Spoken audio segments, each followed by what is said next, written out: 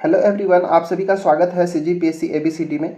इस वीडियो के अंदर हम छत्तीसगढ़ के भूगोल का एक महत्वपूर्ण चैप्टर जो कि है छत्तीसगढ़ के भूगर्भिक संरचना, इसको हम समझने की कोशिश करेंगे। ठीक है, ये जो चैप्टर है सीजीपीएससी या सीजी व्यापम, ठीक है, या फिर छत्तीसगढ़ स्टेट के अंदर कोई सा भी जो एग्जाम होता है उसके दृष्टि से बहुत ही ज़्यादा महत्वपूर्ण है। यहाँ से हमेशा क्वेश्चंस देखने को मिलते हैं। ठीक है, इस वीडियो में हम क्वेश्चंस और ऑप्शंस के अकॉर्डिंग समझेंगे। ठीक है ना, क्वेश्चन रहेंगे और ऑप्शन भी, मतलब वैकल्पिक प्रश्न यहाँ पे रहेंगे और उस वैकल्पिक प्रश्न के माध्यम से ही इस चैप्टर को लगभग हम कंप्लीट करने की कोशिश करेंगे कि कम से कम समय में हम इसको पढ़ सकें, ताकि हम एग्जाम टाइम में इसको एक क्विक रिवीजन के तौर पर हम देख सकें। ठीक है ना, तो चलिए हम वीडियो की शुरुआत करते हैं और बढ़ते हैं क्वेश्चन नंबर 1 की ओर और देखते हैं कि पहला क्वेश्चन क्या है। ठीक है, क्वेश्चन नंबर 1 है कि छत्तीसगढ़ के सर्वाधिक भाग पर किस प्रकार के शैल समूह पाए जाते हैं। ठीक है ना, तो छत्तीसगढ़ का भी एक विशेष संरचना है जिसमें तरह तरह के शैल समूह पाए जाते हैं, जिनमें से कुछ ये नाम दिया गया है: आर्कियन शैल समूह, धारवाड़ शैल समूह, कडप्पा शैल समूह, गोंडवाना। ठीक है, और भी कई तरह के शैल समूह होते हैं। तो इसमें से बताना है कि ये 4 ऑप्शन में से कौन सा ऐसा शैल समूह है जो कि छत्तीसगढ़ के सर्वाधिक भाग पर पाया जाता है। ठीक है, तो इसका जो सही आंसर है ऑप्शन नंबर ए। ठीक है, आर्कियन शैल समूह जो है छत्तीसगढ़ के सर्वाधिक भाग पर पाया जाता है। ये लगभग छत्तीसगढ़ के 50% भाग पर यह पाया जाता है। ठीक है, ये जो आर्कियन शैल समूह होता है ये विश्व के प्राचीनतम शैल समूह होता है। ठीक है, विश्व के प्राचीनतम शैल समूह है। ठीक है, और कह सकते हैं कि ये सबसे अधिक कठोरतम भी होता है। ठीक है, ये जो आर्कियन शैल समूह के जो चट्टानें होती हैं बहुत ही प्राचीन होते हैं और ये कठोर भी होते हैं। इस शैल समूह से सामान्यतः ग्रेनाइट, फेल्सपार, ठीक है, और क्वार्ट्ज, ठीक है, जैसी महत्वपूर्ण खनिज यहाँ से पाए जाते हैं। ठीक है, और बाकी धारवाड़ जो क्रम की चट्टानें होती हैं इनसे लोहा तथा अन्य खनिजें प्राप्त होती हैं। कडप्पा शैल समूह से चूना पत्थर, डोलोमाइट जैसे खनिज प्राप्त होता है। वहीं गोंडवाना शैल समूह से कोयला प्राप्त होता है। ठीक है, इन सब के बारे में हम आगे की वीडियो में भी हम समझने की कोशिश करेंगे। ठीक है, चलिए प्रश्न क्रमांक 2 में बढ़ते हैं। प्रश्न क्रमांक 2 है कि असुमेलित का पहचान करना है कि कौन सा जो है असुमेलित है। यहाँ पे 2 सूची दिया गया है। जो बायां सूची है उसमें कुछ विशेष स्थान को, जो कि छत्तीसगढ़ के अंदर के विशेष स्थान है, उसको दिया गया है। ठीक है, छत्तीसगढ़ के कुछ भागों के नाम दिया गया है। वहीं दाहिने साइड में यहाँ पे एक शैल समूहों का नाम दिया गया उनके सामने। ठीक है, इसमें से ये बताना है कि कौन सा सुमेलित नहीं है। मैकल श्रेणी दक्कन ट्रैप, महानदी बेसिन कडप्पा शैल समूह, पूर्वी बघेलखंड का पठार गोंडवाना शैल समूह और चिल्फी घाटी में आर्कियन शैल समूह। तो इसमें से कौन सा असुमेलित है? तो इसका जो सही आंसर है ऑप्शन नंबर चौथा, चिल्फी घाटी में आर्कियन शैल समूह नहीं पाए जाते हैं। यहाँ पर जो है विंध्यन शैल समूह पाए जाते हैं। ठीक है ना, विंध्यन शैल समूह पाए जाते हैं। कहाँ पर? चिल्फी घाटी के अंदर। ठीक है, और जो विंध्यन शैल समूह होता है ना, ये कडप्पा जो शैल समूह है उसके कडप्पा शैल समूह के अपर्दन से बनते हैं। ठीक है ना, कडप्पा के, यहाँ पे लिख देता हूँ, कडप्पा के अपर्दन, ठीक है, के बाद ये जो है आर्कियन शैल समूह के का निर्माण होता है। ठीक है, सॉरी, आर्कियन नहीं, विंध्यन शैल समूह का निर्माण होता है। ठीक है, तो इसका जो चिल्फी घाटी है वहाँ पे आर्कियन शैल समूह नहीं बल्कि क्या, विंध्यन शैल समूह पाया जाता है। और ये विंध्यन शैल समूह किसके अपर्दन से बनता है? तो कडप्पा शैल का जो क्रम की जो चट्टानी होती है उसके अपर्दन से बनता है। ठीक है, और जो मैकल श्रेणी है वहाँ पे दक्कन ट्रैप की चट्टानें पाई जाती हैं, बिल्कुल सही है। महानदी बेसिन में कडप्पा शैल की समूह के चट्टानें पाई जाती हैं। वहीं पे पूर्वी बघेलखंड का जो पठार है वहाँ पे गोंडवाना शैल समूह पाए जाते हैं। बाकी जो है बिल्कुल सही है। ठीक है ना, तो ये पूर्वी बघेलखंड के पठार में अगर जाएंगे तो सरगुजा वाला क्षेत्र, सरगुजा संभाग हो गया, सरगुजा, कोरिया, इन सारे जिलों के अंदर ये सब पाया जाता है। ठीक है, तो ये तो कोयला बहुल क्षेत्र होते हैं, तो कोयला भी मिलते हैं। महानदी बेसिन में कडप्पा शैल समूह, ठीक है, कडप्पा से चूना पत्थर वगैरह मिलते हैं। ठीक है, चूना पत्थर, तो रायपुर हो गया, बलौदा बाजार, ये सब जो क्षेत्र होते हैं वो महानदी बेसिन के अंदर आते हैं। वहाँ पे चूना पत्थर जो है पर्याप्त मिलता है। और मैकल श्रेणी जो है, ये मैकल श्रेणी जो है कोरबा, कवर्धा, ये सारे भाग में के क्षेत्र में जो मैकल श्रेणी है उसमें दक्कन ट्रैप की चट्टानें पाई जाती है। ठीक है ना, चलिए प्रश्न क्रमांक 3 की ओर बढ़ते हैं। प्रश्न क्रमांक 3 है कि निम्नलिखित में से किस शैल समूह में जीवाश्म पाया जाता है?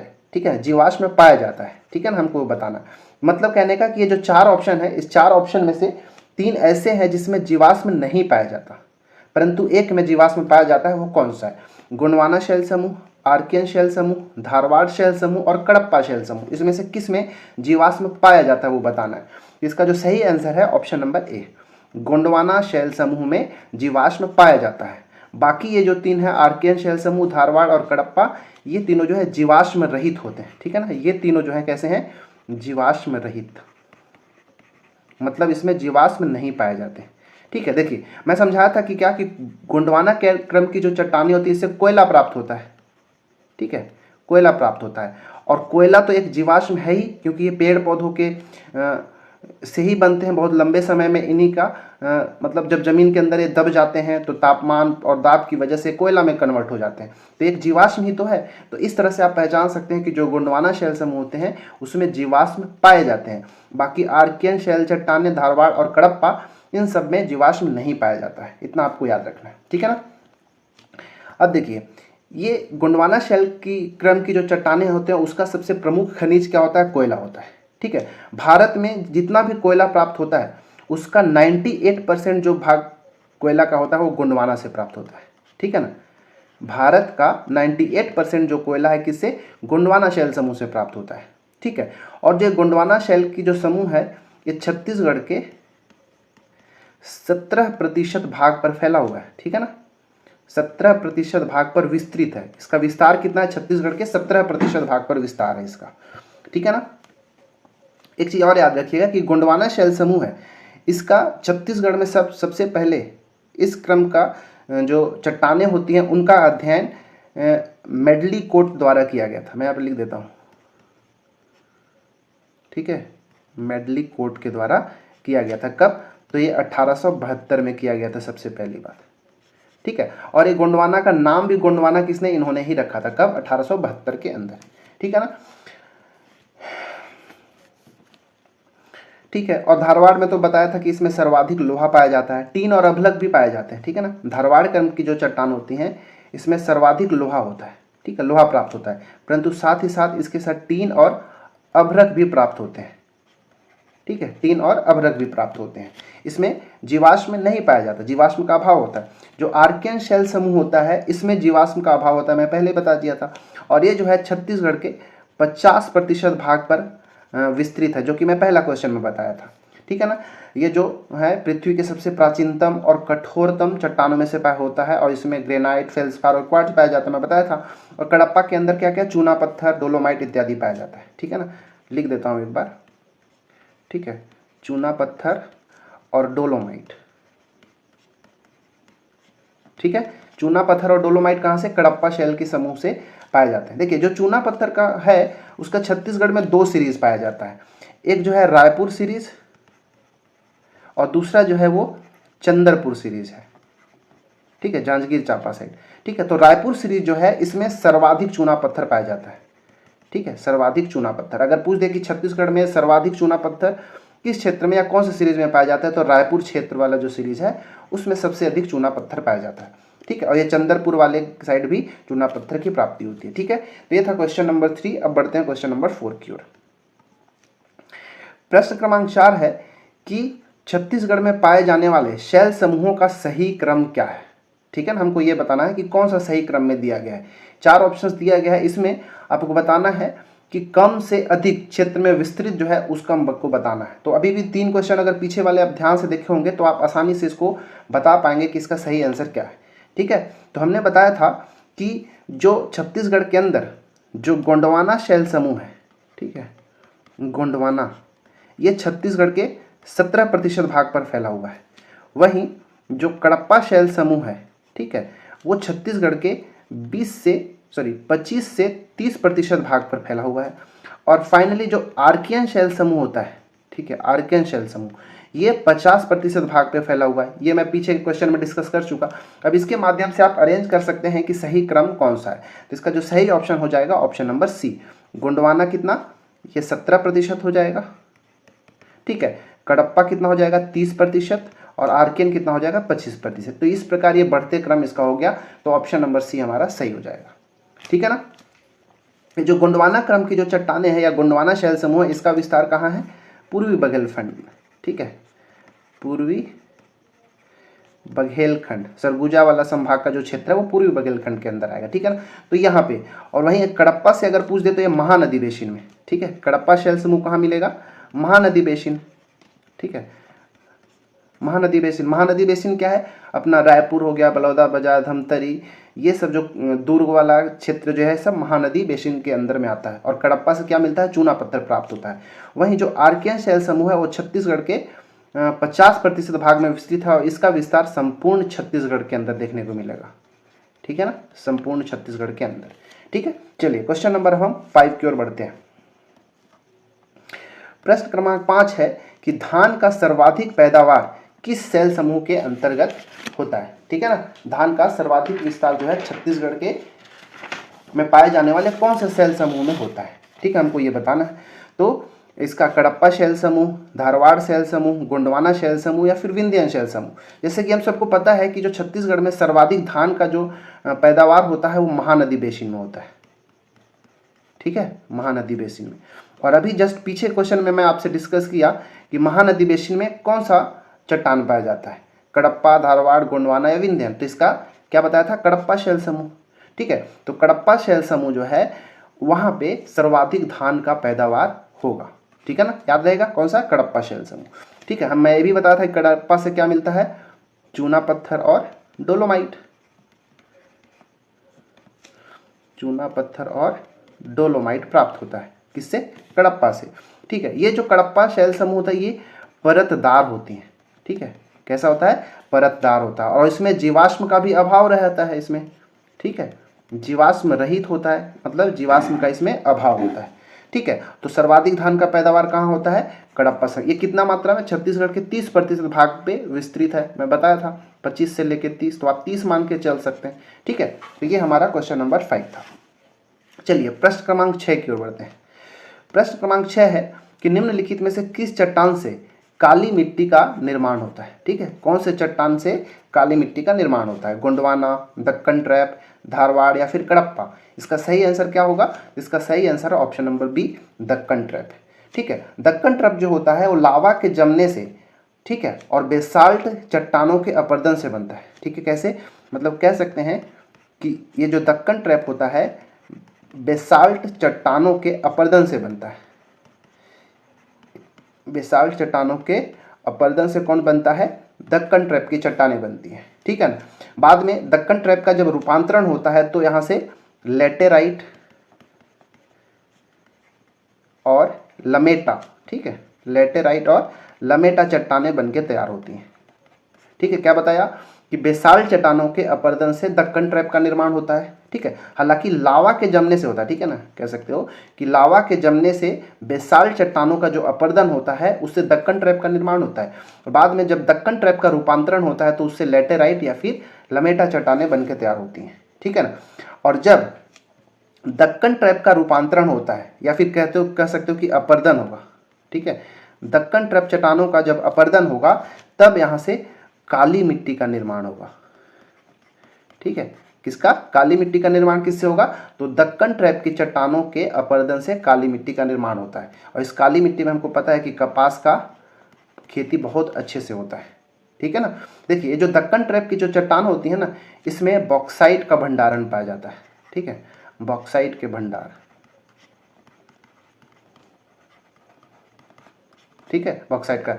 जो पठार वाले क्षेत्र होते हैं, ठीक है, जैसे हमारा सरगुजा का जो क्षेत्र है बलरामपुर वाला, सरगुजा में कौन कौन सा?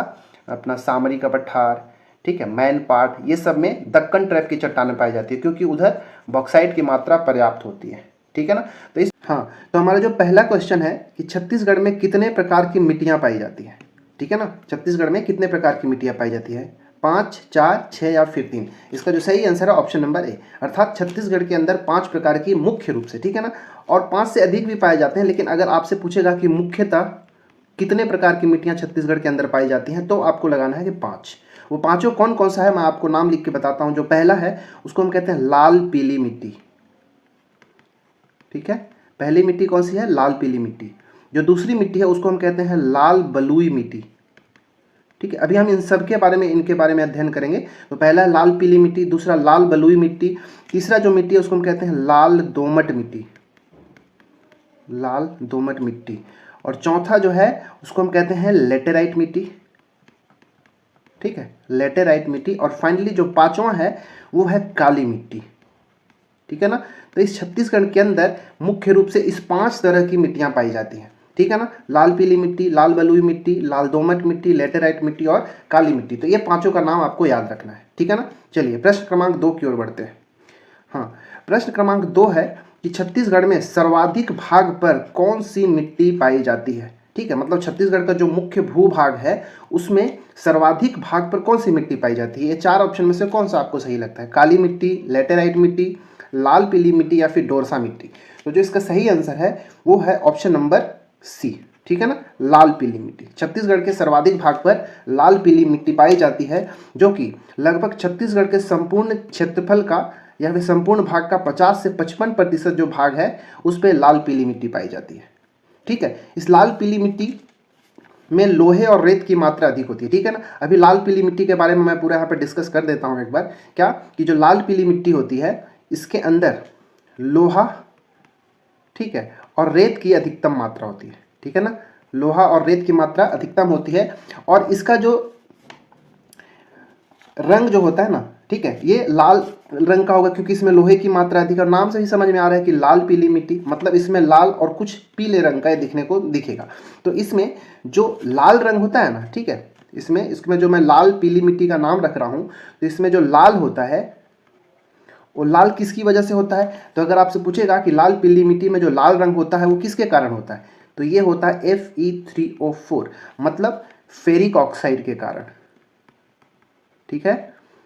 फेरिक ऑक्साइड के कारण इसका रंग लाल होता है। अगर लेकिन आपसे पूछ दे कि पीला रंग किसके कारण होता है, तो पीला रंग के लिए Fe2O3, मतलब फेरस ऑक्साइड के उपस्थिति के कारण इसका रंग हल्का पीला होता है, फेरस ऑक्साइड, ठीक है। इतना समझ में आया ना कि लाल रंग क्यों होता है और पीला रंग क्यों होता है। और इसके बारे में कुछ जान लेते हैं कि छत्तीसगढ़ का मध्य और जो उत्तरी भाग है, मतलब छत्तीसगढ़ का मध्य भाग अगर बोलूँ तो मतलब महानदी बेसिन, और उत्तरी भाग मतलब देखेंगे तो पूर्वी बघेलखंड का पठार, इन क्षेत्रों में जो है ये मिट्टी की अधिकता पाई जाती है, विस्तार पाया जाता है, ठीक है ना। और इसका अगर पूछ दे कि लाल पीली मिट्टी बनता कैसे है, तो ग्रेनाइट, ठीक है, ग्रेनाइट और शिस्ट, ठीक है, ग्रेनाइट, शिस्ट और आर्कियन जो चट्टान होते हैं ना, ठीक है, मैं चट्टान वाला चैप्टर में इससे पहले कंप्लीट कर चुका हूँ कि ग्रेनाइट, शिस्ट और आर्कियन जो चट्टान होता है, इन चट्टानों के अपरदन के परिणाम स्वरूप, ठीक है, इन चट्टानों के अपरदन के परिणाम स्वरूप लाल पीली मिट्टी का निर्माण होता है, ठीक है। उम्मीद है इतना सारा चीज़ आपको समझ में आया होगा, ठीक है। और देखिए ये जो लाल पीली मिट्टी होती है ना, इसकी प्रकृति जो होती है वो अम्लीय होती है, ठीक है। इसकी प्रकृति कैसी होती है? अम्लीय होती है। और इसका जो pH मान होता है 6.8 होता है इसका pH मान। तो इतना आपको लाल पीली मिट्टी के बारे में जानकारी रखना चाहिए था, ठीक है ना। चलिए क्वेश्चन नंबर 3 की ओर बढ़ेंगे और जो भी मैं यहाँ पे फैक्ट बता रहा हूँ उसको आप नोट डाउन भी करते चलेंगे और समझते भी चलेंगे। अगर आपको समझ में नहीं आता है तो आप वीडियो को एक बार रिवर्स करके भी देख सकते हैं, ठीक है ना। चलिए प्रश्न क्रमांक 3 की ओर बढ़ते हैं। प्रश्न क्रमांक 3 है कि छत्तीसगढ़ के मिट्टियों का विस्तार का उचित क्रम क्या है, ठीक है। मतलब कौन सी मिट्टी जो है वो ज़्यादा भाग में फैला हुआ है, फिर कम में, ऐसे हमको इस सीक्वेंस में अरेंज करना है कि उनके विस्तार के, ठीक है ना, कि क्रम में हमको अरेंज करना है। तो यहाँ पे 4 ऑप्शंस दिए गए हैं, वीडियो को पॉज करके आपको बताना है कि कौन सा जो है सही क्रम में वहाँ पे अरेंज किया हुआ है। तो जो इसका सही ऑप्शन है ऑप्शन नंबर बी, लाल पीली मिट्टी सबसे अधिक, उसके बाद लाल बलुई मिट्टी और तीसरे नंबर पे लाल दोमट मिट्टी। ये जो है उनकी प्रेजेंस को बताता है, ठीक है ना। तो अगर बोलूं कि लाल पीली मिट्टी कितना प्रतिशत, ठीक है, मैं यहाँ पे लिखता हूं, जो लाल पीली मिट्टी है वो मैं अभी पिछले क्वेश्चन में बताया था कि 50 से 55% भाग पे कौन सी है, लाल पीली मिट्टी है। इसके बाद लाल बलुई मिट्टी, ठीक है, लाल बलुई मिट्टी जो है वो 25 से 30% भाग पे फैला हुआ है। और अंततः लाल दोमट मिट्टी, ठीक है, लाल दोमट मिट्टी जो है वो 10 से 15% भाग पर फैला हुआ है। तो इस प्रकार अगर आपको ये डाटा याद है तो आप यहाँ से अरेंज कर पाएंगे कि कौन सी मिट्टी जो है सर्वाधिक है, भाग में फैला हुआ है, फिर कौन सा। तो यहाँ पे हम अरेंज कर लिए, ठीक है, लाल पीली मिट्टी सबसे ज़्यादा, फिर लाल बलुई मिट्टी, इसके बाद लाल दोमट मिट्टी, ठीक है ना। तो ये था हमारा प्रश्न क्रमांक 3 का एक्सप्लेनेशन। चलिए कोई प्रश्न क्रमांक हम 4 की ओर बढ़ते हैं। चौथा प्रश्न जो है बहुत ही ज़्यादा इंपॉर्टेंट है, यहाँ से एग्जाम में हमेशा देखने को मिलता है, ठीक है, तो ये वेरी वेरी इंपॉर्टेंट टाइप का क्वेश्चन है, ठीक है ना। प्रश्न है कि सूची 1 को सूची 2 से सुमेलित करके उचित विकल्प का चयन करना है, ठीक है। जो पहली सूची है इसमें मिट्टियों का नाम दिया गया है, दूसरी सूची में क्या दिया है, स्थानीय नाम, कि उन मिट्टियों को स्थानीय रूप से किस नाम से जाना जाता है। फिर लास्ट में यहाँ पे हमारे पास 4 ऑप्शंस दिए गए हैं, बताना है कि कौन सा जो है सुमेलित है, ठीक है। तो अगर आपको पता होगा इसमें से 2 का भी अगर नाम पता होगा तो आप उसको अच्छे से अरेंज कर पाएंगे और सही आंसर दे पाएंगे, ठीक है ना। तो चलिए देखिए, जो लाल पीली मिट्टी होता है, सॉरी लेटेराइट मिट्टी, इस लेटेराइट मिट्टी को हम मुरुमी मिट्टी के नाम से जानते हैं, ठीक है ना। तो एक का हो जाएगा, अगर इसको मैं ABC लिख देता हूँ, ठीक है ना, ये A है, ये B है, ये C है और D है, क्योंकि यहाँ पे ABCD के फॉर्म में दिया मैच करने को, ठीक है। तो जो लेटेराइट मिट्टी है इसको हम मरूमी मिट्टी भी कहते हैं, ठीक है ना। लेटेराइट मिट्टी को क्या, मुरुमु मिट्टी भी कहते हैं, ठीक है। तो एक का हो जाएगा C, तो एक का C यहाँ पे होगा, मतलब यहाँ से हमको डायरेक्ट पता चल जाएगा, ठीक है। दूसरा देखते हैं, लाल पीली मिट्टी को किस नाम से जाना जाता है। तो जो लाल पीली मिट्टी है इसको स्थानीय रूप से मट्टासी मिट्टी के नाम से भी जाना जाता है, ठीक है। तीसरा है लाल बलुई मिट्टी, इस लाल बलुई मिट्टी को हम टिकरा मिट्टी के नाम से भी जानते हैं, ठीक है ना, इस नाम से टिकरा मिट्टी। और फाइनली जो चौथा है काली मिट्टी, इस काली मिट्टी को हम कन्हार के नाम से भी जानते हैं। तो इस प्रकार हम इन सबको अरेंज कर दिए है। एक का हो गया C, तो यहाँ पे है एक का C, 2 का हो गया D, तो 2 का D, 3 का हो गया B और 4 का हो गया A। इस प्रकार अगर हम देखेंगे तो ऑप्शन नंबर A जो हमारा सही तरीके से सुमेलित किया गया है, ठीक है। तो ये आपको याद रखना ही है क्योंकि एग्जाम में यहाँ पे हमेशा पूछा जाता है, ठीक है ना। एक चीज़ और कि जो लेटेराइट मिट्टी को हमने मुरुमी मिट्टी कहा है, इसको भाठा मिट्टी भी कहा जाता है, ठीक है ना, क्या भाठा मिट्टी के नाम से भी जाना था। तो मुरुमी भी आपसे पूछ सकता है और भाठा मिट्टी भी पूछ सकता है, तो उसका आंसर क्या होगा, लेटेराइट, ठीक है ना। चलिए बढ़ते हैं क्वेश्चन नंबर 5वां की ओर। प्रश्न क्रमांक 5 भी इंपॉर्टेंट है। यहाँ से तो क्वेश्चन अभी तक शायद नहीं देखने को मिला है, बट भविष्य में ऐसा लगता है कि यहाँ से क्वेश्चन पूछे जा सकते हैं। ये जो एग्रीकल्चर वाले जो एग्जाम होते हैं ना, एग्रीकल्चर का, ठीक है, या फिर जो ACF का एग्जाम होता है वहाँ पर यहाँ से क्वेश्चन पूछे जाने का चांस रहता है, ठीक है। प्रश्न है कि निम्नलिखित कथनों में असुमेलित का पहचान करना है, ठीक है। यहाँ पे बाएं साइड में दिया है मिट्टियों का नाम और दाहिने साइड में दिया है कि वो कौन से मृदा वर्ग से वो बिलोंग करते हैं, तो वही बताना है कि कौन सा सुमेलित नहीं है, ठीक है। तो देखिए, जो लेटेराइट मिट्टी होता है वो एंटीसॉल, काली वर्टिसॉल, लाल बलुई अल्फीसॉल और लाल पीली मेटासॉल, इसमें से कौन सा सुमेलित नहीं है, मतलब असुमेलित है। इसका सही आंसर है ऑप्शन नंबर D। लाल पीली मिट्टी जो है वो क्या बोलते हैं, मेटासॉल मृदा वर्ग से नहीं होता, ये गलत है, ठीक है ना। लाल पीली मिट्टी जो होती है वो इंसेप्टिसॉल, ठीक है ना,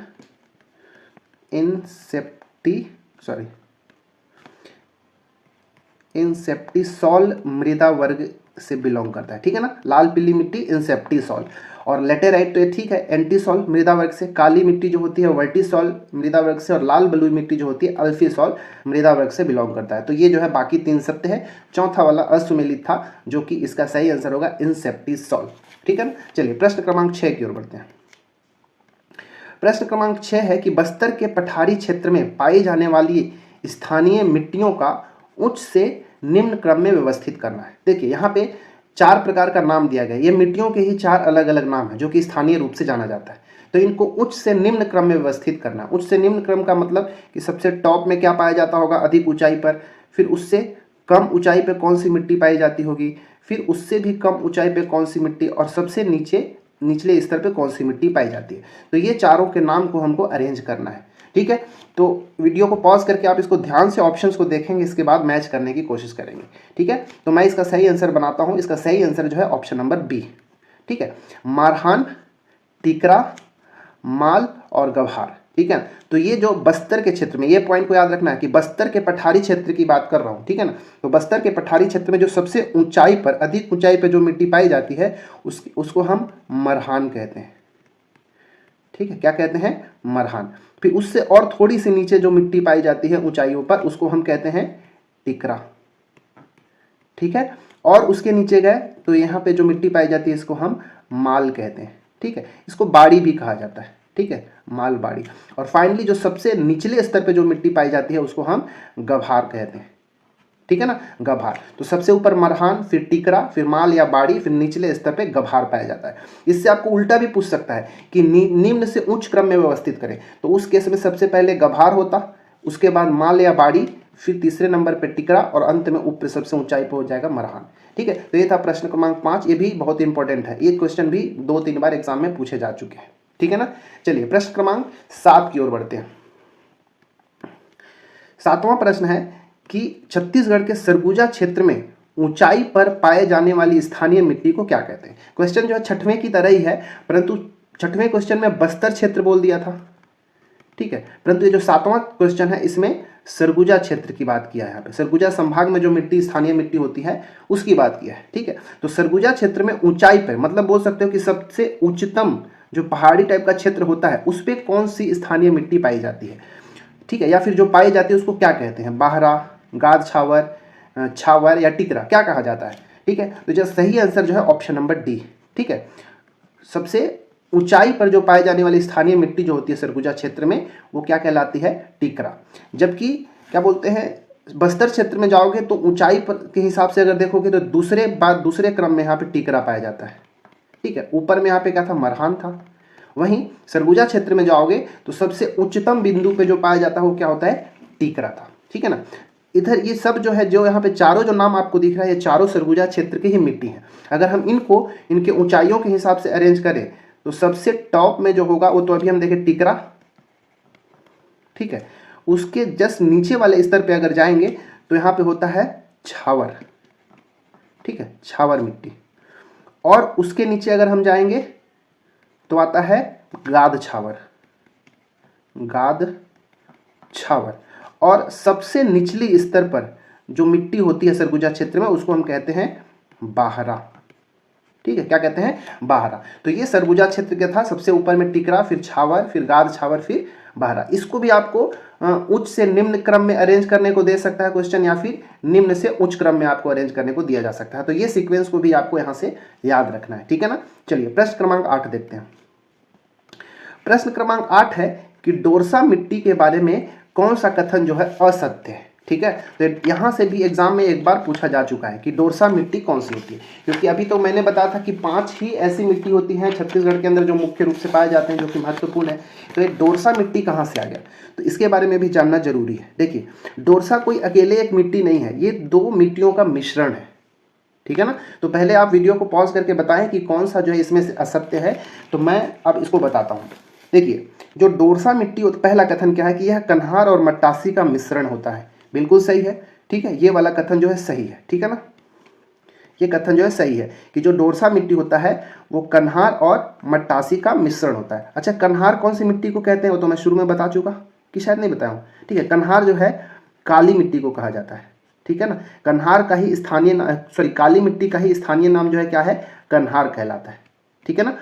और जो मट्टासी किसका है भाई, तो जो मट्टासी होता है ना नाम, वो लाल पीली मिट्टी का स्थानीय नाम है। ठीक है ना, लाल पीली मिट्टी का। ठीक है, मतलब आपसे ये भी कह सकता है कि काली मिट्टी और लाल पीली मिट्टी का जो मिश्रण है वो डोरसा मिट्टी कहलाता है। ये आपको पता होना चाहिए। ठीक है ना। तो पहला कथन जो है सही है। दूसरा कथन, यह गहरे भूरे रंग का क्षारीय मृदा होता है। ठीक है, ये भी बिल्कुल सही है। ठीक है, इसका जो रंग होता है गहरा भूरे रंग का होता है और इसकी प्रकृति भी क्षारीय होती है। ठीक है, इसका जो अगर ठीक है, इसकी प्रकृति कैसी होती है, क्षारीय। अगर मैं बोल दूं कि जो लाल पीली मिट्टी होती है इसकी क्षारीय प्रकृति, ठीक है, इसकी प्रकृति क्षारीय होती है। ठीक है, तीसरा कथन क्या है कि इसकी सर्वाधिक जल धारण क्षमता होती है। ठीक है, तो जो डोरसा मिट्टी होता है वो गहरे भूरे रंग का होता है और इसकी जो प्रकृति होती है क्षारीय होती है। मतलब इसका जो पीएच मान होता है ना वो 7 से अधिक होता है। ठीक है, इसका पीएच मान जो होता है कितना, 7 से अधिक होता है, इसलिए इसकी प्रकृति कैसी है, क्षारीय। तीसरा, इसकी सर्वाधिक जल धारण क्षमता होती है क्या, नहीं, यही जो है हमारा असत्य कथन है। क्योंकि सर्वाधिक जल धारण जो क्षमता होती है वो कौन सी मिट्टी की होती है, काली मिट्टी। ठीक है ना, काली मिट्टी की सर्वाधिक जल धारण क्षमता होती है। तो ये वाला ऑप्शन जो है हमारा गलत है। चौथा, इसका रंग गहरा भूरा होता है। ठीक है, क्योंकि ये तो मैं यहाँ पे डिस्कस कर दिया तो दोबारा ये ऑप्शन आ गया था। ठीक है, इसका रंग कैसा होता है, गहरा भूरा होता है। ठीक है, और क्षारीय प्रकृति होती है। तो इसका जो सही आंसर है ऑप्शन नंबर सी, इसकी सर्वाधिक जल धारण क्षमता नहीं होती है। सर्वाधिक जल धारण क्षमता किसकी होती है, काली मिट्टी की होती है। ठीक है, तो ये डोरसा मिट्टी के बारे में था। देखिए, अगर आपसे पूछ दे कि ये डोरसा मिट्टी जो होता है इसका निर्माण कैसे होता है, ठीक है, मैं यहाँ पे लिखता हूँ डोरसा मिट्टी जो है इसका निर्माण ग्रेनाइट सेल समूह से होता है। ठीक है, ग्रेनाइट जो शैल समूह होता है उसके अपरदन के फलस्वरूप क्या होता है, डोरसा मिट्टी का निर्माण होता है। ठीक है, ये जो डोरसा मिट्टी होता है ना, वो धान के फसलों के लिए बहुत ही ज़्यादा उपयुक्त होता है। ठीक है, धान की फसल इसमें अच्छे से होती है। छत्तीसगढ़ के अंदर डोरसा मिट्टी जो है वो उसका विस्तार कहाँ कहाँ है, तो इसका विस्तार महानदी घाटी में। ठीक है, महानदी घाटी के अंदर अगर देखें तो राजनांदगांव, मोहल्ला, मानपुर चौकी, खैरागढ़, छुई खदान, महासमुंद, धमतरी, कवर्धा, दुर्ग, बिलासपुर, रायपुर, ये जो जिले हैं उन सभी क्षेत्रों में इस डोरसा मिट्टी का विस्तार देखने को मिलता है। ठीक है, महानदी घाटी के अंदर हम देखें। इसके बाद ये पूर्वी बुंदेलखंड के क्षेत्र में भी, ठीक है ना, पूर्वी बुंदेलखंड में जो रामानुजगंज, कुसमी, प्रतापपुर क्षेत्र में भी इस मिट्टी का थोड़ा विस्तार देखने को मिलता है। ठीक है ना, तो और दंडकारण्य क्षेत्र में भी थोड़ा बहुत मिलता है। ठीक है, दंडकारण्य क्षेत्र में जो नदी घाटी है, जो शबरी नदी, इंद्रावती नदी की जो घाटियां हैं, उन क्षेत्रों में भी इस डोरसा मिट्टी का थोड़ा बहुत विस्तार देखने को मिलता है। तो ये था पूरा डोरसा मिट्टी के बारे में जानकारी, आप सभी को नोट डाउन कर लेंगे। ठीक है ना, चलिए प्रश्न क्रमांक 9 देखते हैं। 9वां प्रश्न जो है हमारा, निम्नलिखित में से कौन सी मिट्टी का प्रयोग भवन एवं ईंट के निर्माण में किया जाता है। ठीक है ना, ये बहुत अच्छा क्वेश्चन है, ये भी CGPSC में एक बार पूछा गया है। ठीक है ना, कि कौन सी मिट्टी का प्रयोग भवन और ईंट के निर्माण में किया जाता है, भवन सामग्री और ईंट के निर्माण में। काली मिट्टी, लेटेराइट मिट्टी, लाल बलुई मिट्टी या फिर लाल पीली मिट्टी, कौन सा सही है। तो इसका जो सही आंसर है ऑप्शन नंबर बी, जो लेटेराइट मिट्टी होता है, ठीक है, उसका प्रयोग भवन निर्माण और ईंट निर्माण में किया जाता है। ठीक है ना, देखिए ये जो लेटेराइट मिट्टी होता है इसका रंग ना कत्था रंग होता है। ठीक है, कत्था रंग या फिर कह सकते हो लाल भूरे रंग का होता है। ठीक है, लेटेराइट मिट्टी का रंग कैसा, कत्था या फिर लाल भूरे भूरे रंग का ये होता है। ठीक है, ये जो लेटेराइट मिट्टी है इसको हम पहले भी देखे कि इसको हम मुरूमी मिट्टी भी कहते हैं, भाठा मिट्टी भी कहते हैं, कई बार से इसको बंजर भूमि भी कहा दिया जाता है, क्योंकि इसमें खेती जो है नहीं के बराबर होता है। इसमें केवल बागानी फसलें ही हो पाता है, बाकी धान, गेहूँ ये सब की खेती नहीं हो पाता। तो मुख्य इसको जो लेटेराइट मिट्टी है उसको मुरूमी मिट्टी, भाठा मिट्टी और बंजर भूमि के नाम से भी जाना जाता है। ठीक है, अगर हम इसके निर्माण की बात करें कि इसका निर्माण कैसे होता है, तो इसका निर्माण निच्छालन विधि से होता है। ये एग्जाम में पूछा गया है। ठीक है, कि निच्छालन विधि से किसका निर्माण होता है, तो निच्छालन विधि के माध्यम से लेटेराइट मिट्टी का निर्माण होता है। ठीक है ना, इसमें मुख्य रूप से बागानी खेती या फिर बागानी फसलों को ही इसमें लगाया जाता है। बागानी फसलें मतलब बोल लो आलू, टमाटर, चाय, लीची, इन सभी फसलों का इसमें उपज किया जाता है। देखिए जो लेटेराइट मिट्टी होता है वह एक अम्लीय मिट्टी है। ठीक है, लेटेराइट मिट्टी कैसी है, अम्लीय मिट्टी है। इसका जो pH मान होता है वो 5.6 होता है। ठीक है, देखिए जो लेटेराइट मिट्टी होता है इसमें एल्यूमिनियम और लोहा उपस्थित होता है। ठीक है, इसमें इस लेटेराइट मिट्टी के अंदर एल्यूमिनियम और लोहे की मात्रा पर्याप्त होती है, उसकी अधिकता होती है। यही कारण है कि यह मिट्टी अत्यंत कठोर होता है। ठीक है, जिसके कारण उसका प्रयोग भवन और ईंट निर्माण में किया जाता है। ठीक है, उम्मीद है लेटेराइट मिट्टी के बारे में आपको पर्याप्त यहाँ पे जानकारी मिली होगी। ठीक है ना, प्रश्न क्रमांक 10 की ओर बढ़ते हैं। प्रश्न क्रमांक 10 है कि निम्नलिखित में से किस मिट्टी को भर्री मिट्टी के नाम से भी जाना जाता है। ये इसको पकड़ना है कि निम्नलिखित में से किस मिट्टी को भर्री मिट्टी के नाम से जाना जाता है। काली मिट्टी, लाल दोमट मिट्टी, पाल कछार मिट्टी या फिर पटपर कछार मिट्टी, किसको जो है भर्री मिट्टी के नाम से जाना जाता है। इसका जो राइट आंसर है ऑप्शन नंबर ए, कि जो काली मिट्टी है उसको हम भर्री मिट्टी के नाम से जानते हैं। ठीक है, छत्तीसगढ़ के उच्च भूमि पर, ठीक है ना, छत्तीसगढ़ के उच्च भूमि पर जो काली मिट्टी होती है ना उसको किस नाम से जाना जाता है, भर्री मिट्टी के नाम से जाना जाता है। ठीक है, इसका रंग काला होता है। ठीक है ना, काली मिट्टी का रंग तो ऐसे भी काला होगा, लेकिन किसके कारण, तो यहाँ पे याद रखिएगा फेरिक टाइटेनियम के कारण। ठीक है, फेरिक टाइटेनियम के कारण काली मिट्टी का रंग कैसा होता है, काले रंग का होता है। ठीक है ना, काली मिट्टी का जो स्थानीय नाम है उसको हम, वो है कन्हार। ठीक है, कन्हार किसका नाम है, काली मिट्टी का स्थानीय नाम है। इसको रेगुर मिट्टी भी कहते हैं। ठीक है, कन्हार, रेगुर या फिर भर्री मिट्टी भी कहते हैं। भर्री तो हम ऊपर देख लिए, क्वेश्चन में दिया गया है। ठीक है, काली मिट्टी का स्थानीय नाम कन्हार, रेगुर या भर्री मिट्टी भी होता है। ठीक है, जो काली मिट्टी है इसका विस्तार, काली मिट्टी का विस्तार जो है कवर्धा में जो चिल्फी घाटी है, ठीक है, चिल्फी घाटी में देखने को मिलेगा। महानदी घाटी में भी इसको देखने को मिल जाएगा। ठीक है ना, महानदी घाटी। जब मैं ये घाटी बोलता हूँ तो उसके आसपास के क्षेत्र को आपको समझ लेना है। चिल्फी घाटी मतलब कवर्धा में, महानदी घाटी मतलब आप धमतरी हो गया, गरियाबंद, रायपुर, दुर्ग, ये सारे क्षेत्र को आप ले लेंगे महानदी घाटी के अंदर। ठीक है, पूर्वी बघेलखंड का पठार मतलब जो सरगुजा क्षेत्र के अंदर, ठीक है, पूर्वी बघेलखंड। इसके बाद दंडकारण्य क्षेत्र में भी थोड़ा सा इसको देखने को मिलेगा इसका विस्तार। ठीक है ना। देखिए अगर आपसे पूछ दे कि राज्य में सर्वाधिक उपजाऊ वाली मिट्टी कौन सी है, तो ये काली मिट्टी है। ठीक है ना, सर्वाधिक उपजाऊ, ठीक है, सर्वाधिक उपज देने वाली मिट्टी कौन सी है, काली मिट्टी ही है। ठीक है ना। काली मिट्टी में चीका की मात्रा होता है, मतलब इसमें पानी की पर्याप्त मात्रा होती है। अगर आपसे पूछेगा कि जल धारण क्षमता सर्वाधिक किसका होता है, तो काली मिट्टी का सर्वाधिक जल धारण क्षमता होता है। ठीक है, सर्वाधिक जल धारण क्षमता किसकी होती है, काली मिट्टी की होती है। ठीक है ना। इसमें चीका की मात्रा अगर पूछा जाता है, ठीक है, चीका की मात्रा कितनी होती है, तो 50 से 55% जो है इसमें चीका की मात्रा होता है। सबसे अधिक चीका की मात्रा किसमें, काली मिट्टी में होती है, 50 से 55% होती है। और जो काली मिट्टी होती है ये भी, इसकी भी ये प्रकृति इसकी कैसी होती है, अम्लीय होती है। ठीक है, और इसका जो अम्लीय नहीं, क्षारीय होती है काली मिट्टी। बाकी इससे पहले जितनी भी मिट्टियों का नाम मैंने बताया वो सब कैसा था, क्षारीय था ज़्यादा से ज़्यादा। एक बस डोरसा मिट्टी अम्लीय था। ठीक है, लेकिन यहाँ पे जो काली मिट्टी है उसकी प्रकृति कैसी है, क्षारीय प्रकृति है, और इसका जो है पीएच वैल्यू है 7.6 है। इतना सारा चीज़ आपको याद रखना चाहिए काली मिट्टी के बारे में। ठीक है, देखिए काली मिट्टी में पर्याप्त जल की मात्रा होती है, सर्वाधिक जल धारण क्षमता होती है, इसलिए उपजाऊ भी पर्याप्त होता है। लेकिन कई बार से क्या होता है, काली मिट्टी में जब पानी की कमी हो जाती है ना, ठीक है, पानी के कमी के कारण क्या हो जाता है, ये सूख कर इसमें दरार बन जाती है। ठीक है ना, इतना चीज पता होना चाहिए।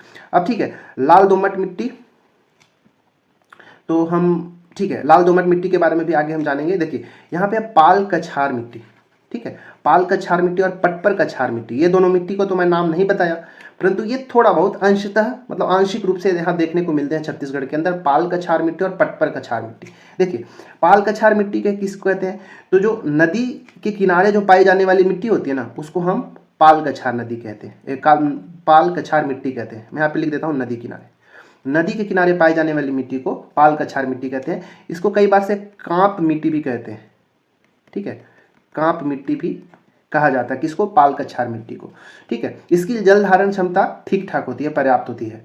ठीक है ना इसका। लेकिन ये जो पटपर कछार मिट्टी होती है ना, ये पहाड़ी क्षेत्रों में पाया जाता है। ठीक है, पहाड़ी भाग पर पाया जाता है। ये कहाँ, पाल कछार कहाँ, नदी के किनारे, लेकिन पटपर कछार जो होता है पहाड़ी भाग पर पाया जाता है। ठीक है, या फिर कह सकते हो कि सदैव ऊंचाई के ऊपर पाया जाता है, और यह एक अनुपजाऊ भूमि है। ठीक है, पटपर कछार कैसा है, पटपर कछार एक अनुपजाऊ मिट्टी है, जबकि पाल कछार जो है ये एक तरह का उपजाऊ मिट्टी है। ठीक है, कैसा है, उपजाऊ मिट्टी है। ठीक है, अब चलिए हम देखते हैं, अच्छा लाल दोमट मिट्टी को भी थोड़ा समझ लेते हैं। लाल दोमट मिट्टी, ये जो लाल दोमट मिट्टी होता है ये दंतेवाड़ा सुकमा क्षेत्र में पाया जाता है। ठीक है, मैं यहाँ पे थोड़ा सा लाल दोमट के बारे में लिखता हूँ। लाल दोमट, ये जो लाल दोमट मिट्टी है कहाँ, दंतेवाड़ा सुकमा क्षेत्र में पाया जाता है। इसका रंग जो है लाल रंग होता है। ठीक है, क्यों लाल रंग होगा, क्योंकि इसमें लोहे की उपस्थिति होती है। और इसका जो जल धारण क्षमता कैसा होता है, जल धारण क्षमता न्यूनतम होता है। ठीक है, न्यूनतम जल धारण क्षमता होता है।